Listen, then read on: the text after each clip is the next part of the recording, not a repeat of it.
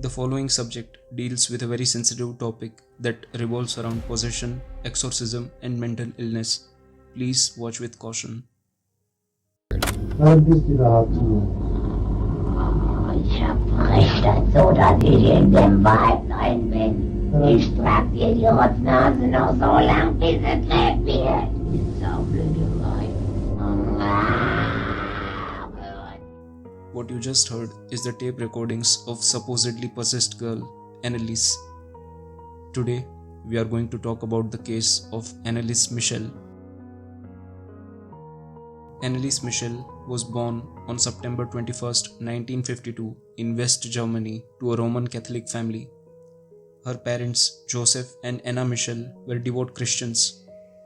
She also had 3 siblings. According to the people who knew her, she was a very bright, kind girl and someone who could do no wrong to anyone. Everything seemed to be normal for Michel until in September 1968, when, at the age of 16, Michel experienced her first blackout, where she lost her consciousness. She felt as if something was pressing against her chest. This was a big scare. The family didn't know why Anneliese, someone who had never shown any sort of mental illness previously, blacked out suddenly. Months pass. The situation tends to normalize a bit. Just when the family thought it was a one-time health scare, it happened again. In August of 1969, 11 months after the first event, Michel had another blackout. This time, her mother Anna took her to the family doctor, Dr. Watt, and neurologist Dr. Luthi. Dr. Luthi ran an EEG scan. EEG is a brain scan which scans for any abnormalities in the human brain. It is a measure of electrical activity in the brain. The test helps in detecting various conditions like epilepsy, sleep disorders, and brain tumors. The EEG reports came normal, but still, having seen Michel's condition, the doctor theorized that her blackouts could be due to some possible form of seizure. Within the next 3 years, Emily had 2 more episodes.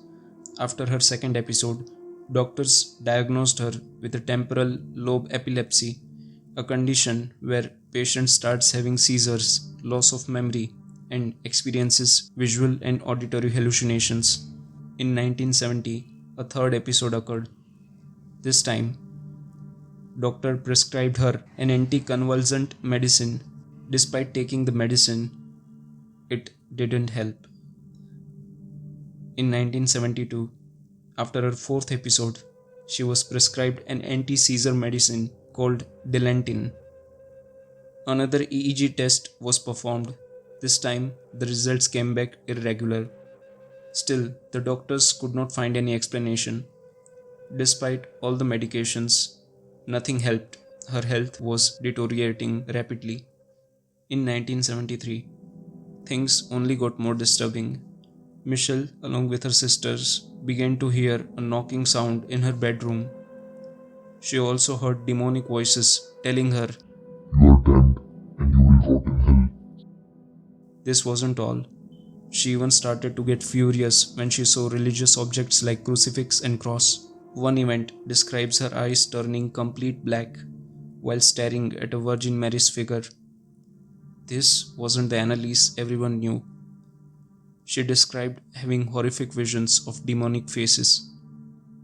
When her mother informed Dr. Luthi about these strange events, he advised them to get a Jesuit. For those who don't know, Jesuit is a religious official. However, in later years, Dr. Luthi would deny this. In November of 1973, Anneliese met with a Freudian psychiatrist who diagnosed her with a possible temporal lobe epilepsy. Another neurologist also found some epileptic patterns and prescribed her a much stronger drug, Tegretol. Despite all these treatments, her health spiraled downwards. Anneliese rarely slept and she would continuously pray. Her lack of sleep took a huge toll on her health. Her mental state was out of control. The family started believing more and more that their daughter was possessed by demons. Anneliese and her family requested local priests to help her with her alleged demonic possession, but all rejected her request, saying that she should seek medical help instead and that they would need the permission of a bishop anyway. Things got only worse. She started eating spiders and flies and even licked her own urine from the floor. She would destroy any religious objects near her. No one could explain what was happening. She was also described as to have superhuman strength. She was once caught squeezing an apple with one hand so hard that it burst into small pieces. She would rip the clothes off her body, perform 400 squats a day, crawled under a table, and barked like a dog for 2 days. Finally, her mother found a priest who believed in her possession, Father Ernst Alt. In one of her letters to Father Alt, she wrote, "I am nothing. Everything about me is vanity. What should I do? I have to improve. You pray for me." And also once told him, "I want to suffer for other people, but this is so cruel." Seeing this, Father Alt requested local bishop for approval of exorcism on Anneliese. At that time, Bishop Joseph Stengel eventually approved of his request and granted a local priest named Father Arnold Renz permission to perform the exorcism, but it was ordered to be carried out in complete privacy and away from the public attention.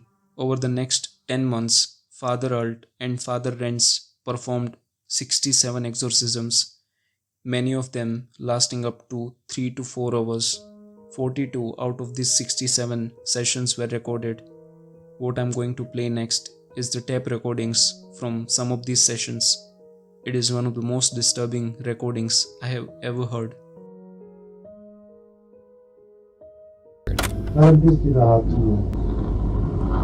Ich verbrech das so, dass ich in dem Wald rein bin. Ich trag dir die Rotznase noch so lang, bis es lebt wird. Saublöde Weib. Für uns geht's kein Zurück. Sie! In alle Ewigkeit! Sag mir den Namen. Ich, der Judas, und der Nero, der Kain und der Hitler. Fünfte Mal. Das ist der sechste. Oh, den haben wir gelogen. Den habt ihr natürlich. As heard on the tapes, Michel reveals that she is possessed by 6 demons: Lucifer, Cain, Judas, Hitler, Nero, and Fleshman. All these demons would fight to control her body and would communicate from her mouth with a low growl. She broke her bones and ripped the tendons in her knees from continuously kneeling in prayer. During these sessions, she would be tied to bed so the priests could conduct exorcism rites. Still, nothing helped. During that time, she slowly stopped eating anything. For her health, this was like a point of no return. After years of struggle with her illness, on July 1st, 1976, she died. Still, the case doesn't end here. After her death, an autopsy was conducted. It stated the cause of death as malnutrition and dehydration resulting from almost a year in a state of near starvation. At the time of her death, she only weighed 30 kilograms. She suffered broken knees and she was unable to move without assistance. In 1976, the government charged Michel's parents and the priests, Father Alt and Father Renz, with negligent homicide. The parents were defended by the famous defense attorney Eric Smits-Leiner, and the priest's defense were funded by the Catholic Church. So, what were the arguments? From the defense side, it was argued that Anneliese was possessed by demons, and the tape recordings of the exorcisms were played in the court. The defense argued that the supposed voices of Hitler, Cain, and other entities were enough of an evidence of possession. On the other hand, the prosecution accused the defendants of negligence in her death.